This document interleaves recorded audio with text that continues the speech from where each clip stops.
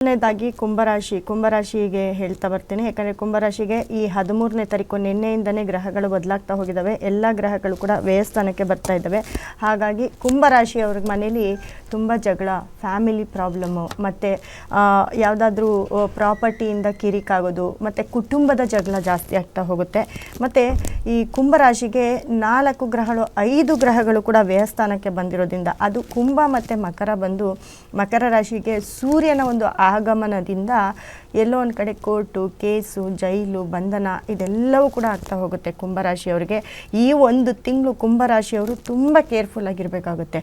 So ಕುಂಭರಾಶಿಯವರು ಈ ಒಂದು ತಿಂಗಳು ಖಂಡಿತವಾಗ್ಲೂ ಹೇಳ್ತೀನಿ ಪರಿಹಾರ ಮಾಡಿಕೊಳ್ಳೇಬೇಕಾಗುತ್ತೆ. ಯಾಕಂದರೆ ಅವ್ರಿಗೆ ನಿನ್ನೆಯಿಂದನೇ ಟೈಮು ಸ್ಟಾರ್ಟ್ ಆಗಿದೆ.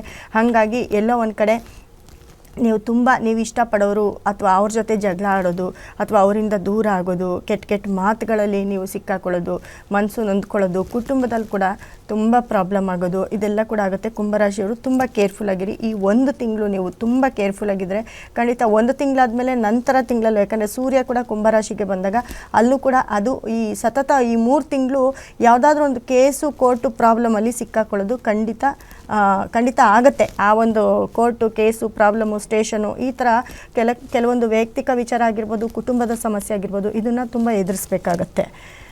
ಮತ್ತು ನೆಕ್ಸ್ಟ್ ಬಂದು ಮಿಥುನ ರಾಶಿಯವರಿಗೆ ಮಿಥುನ ರಾಶಿ ಅಂತ ಬಂದಾಗ ನೋಡಿ, ಕಾಕಿ ಅನ್ನೋ ಅಕ್ಷರಗಳಿಗೆಲ್ಲ ತುಂಬ ತೊಂದರೆಗೊಳಪಡ್ತೀರಾ. ಯಾಕಂದರೆ ಮಿಥುನ ರಾಶಿಯವರು ಯಾವುದಾದ್ರೂ ನಿಮ್ಮ ಒಂದು ವೈಯಕ್ತಿಕ ಪ್ರಾಬ್ಲಮ್ ಆಗಿರ್ಬೋದು ಅಥವಾ ಸೀಕ್ರೆಟ್ ಆಗಿರ್ಬೋದು, ಮಿಥುನ ರಾಶಿಯಲ್ಲಿ ಗುರು ಇರ್ಬೋದು.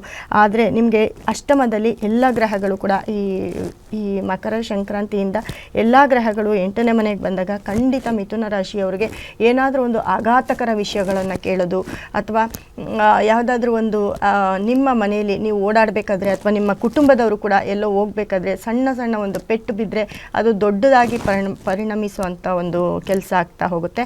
ಮತ್ತು ಯಾರ ಹತ್ರನಾದರೂ ತುಂಬ ಬೇಕಾಗಿರೋರ ಹತ್ರ ತುಂಬ ಕ್ರ್ಯಾಶ್ ಮಾಡಿಕೊಂಡು ಮಾತು ಬಿಟ್ಬಿಡೋದು, ಕಾಂಟ್ರವರ್ಸಿ ಮಾಡ್ಕೊಳ್ಳೋದು, ಇದೆಲ್ಲವೂ ಕೂಡ ಮಿಥುನ ರಾಶಿಯವ್ರಿಗಾಗಿರುತ್ತೆ. ಯಾಕಪ್ಪ ಅಂತಂದರೆ ನೋಡಿ, ರಾಶಿಯಾಧಿಪತಿ ಬುಧ ಕೂಡ ಮಿಥುನ ರಾಶಿಗೆ ಅಷ್ಟಮಕ್ಕೆ ಬರ್ತಾರೆ. ಜೊತೆಗೆ ನಿಮ್ಮ ಒಂದು 3ನೇ ಮನೆ ಸೂರ್ಯ, ಯಾಕಂದರೆ ಫ್ರೆಂಡ್ಸಿಂದ ಜಗಳ ಮಾಡಿ ನೀವು ಅದು ಎಲ್ಲಿಗೆ ಬೇಕಾದರೂ ಹೋಗಿ ನಿಲ್ಬೋದು, ಇದು ಕೂಡ ಆಗುತ್ತೆ. ಮನೇಲಿ ಡೈವರ್ಸ್ ಆಗುವಂಥ ಚಾನ್ಸಸ್ ಕೂಡ ಅತಿ ಹೆಚ್ಚಾಗಿರುತ್ತೆ. ಹಾಗಾಗಿ ಮಿಥುನ ರಾಶಿಯವರು ತುಂಬ ಕೇರ್ಫುಲ್ಲಾಗಿ ಇರಬೇಕಾಗತ್ತೆ. ಮತ್ತು ಕಟಕ ರಾಶಿಯವರು ಅಷ್ಟೇ ನೋಡಿ, ಕಟಕ ರಾಶಿಯವ್ರಿಗೆ ಟೈಮು ಚೆನ್ನಾಗಿಲ್ಲ. ಡಿ ಅನ್ನೋ ಅಕ್ಷರಕ್ಕೆ ಕೂಡ ತುಂಬ ಟೈಮು ಕೆಟ್ಟದಾಗಿರುತ್ತೆ. ಯಾಕಂದರೆ ಗುರು ವ್ಯಯಸ್ಥಾನದಲ್ಲಿ ಇರ್ತಾರೆ. ಆದರೆ ಗ್ರಹಗಳು ಅಂತಂದರೆ ಧನಾಧಿಪತಿ ಸೂರ್ಯ ಕೂಡ ಇವಾಗ 6ನೇ ಮನೆಯಲ್ಲಿದ್ದಾರೆ. ಆದರೆ ಸಪ್ತಮಕ್ಕೆ ಬರ್ತಾರೆ, ಮತ್ತೆ ಅಷ್ಟಮಕ್ಕೆ ಹೋಗ್ತಾರೆ. ಸತತ 90 ದಿನ ಅಂದರೆ 3 ತಿಂಗಳು ಕಟಕ ರಾಶಿಯವರಿಗೆ ತುಂಬ ಕೇರ್ಫುಲ್. ಯಾಕಂದರೆ ಕಟಕ ರಾಶಿಯವ್ರಿಗೂ ಅಷ್ಟೇ ಅವರ ಮನೆಯಲ್ಲಿ ನೆಮ್ಮದಿ ಇಲ್ಲ, ಕುಟುಂಬದ ಸಮಸ್ಯೆ ಅತಿ ಹೆಚ್ಚು ಆಗ್ತಾ ಹೋಗುತ್ತೆ. ಕಟಕ ರಾಶಿಯವರಿಗೆ ಕುಟುಂಬದ ಸಮಸ್ಯೆ, ಮತ್ತು ಯಾರಾದರೂ ವಿದ್ಯಾರ್ಥಿಗಳು ಕಾಲೇಜು, ಸ್ಕೂಲು, ಈ ಥರ ಒಂದು ವಿದ್ಯಾರ್ಥಿಗಳಿದ್ದರೆ ಅವರಿಗೆ ಹೆಲ್ತ್ ಅಪ್ಸೆಟ್ ಆಗೋದು, ಈ ಕಾಲೇಜಿಗೆ ಹೋಗೋ ಮಕ್ಕಳು, ಸ್ವಲ್ಪ ದೊಡ್ಡ ಮಕ್ಕಳು ಎಲ್ಲೋ ಬಿದ್ದು ಪೆಟ್ಟು ಮಾಡ್ಕೊಳ್ಳೋದು, ಮೂಳೆಗೆ ಸಂಬಂಧಪಟ್ಟಂತಹ ನೋವುಗಳು, ಮೂಳೆ ಮುರ್ಕೊಳ್ಳೋದು, ಈ ಥರ ಒಂದು ಪ್ರಾಬ್ಲಮಲ್ಲಿ ಕಟಕ ರಾಶಿಯವರು ತುಂಬ ಸಿಕ್ಕಾಕೊಳ್ತೀರಾ.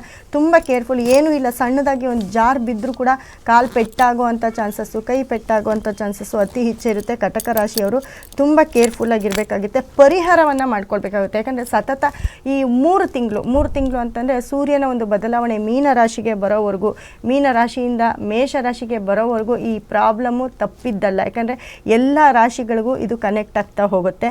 ಹಾಗಾಗಿ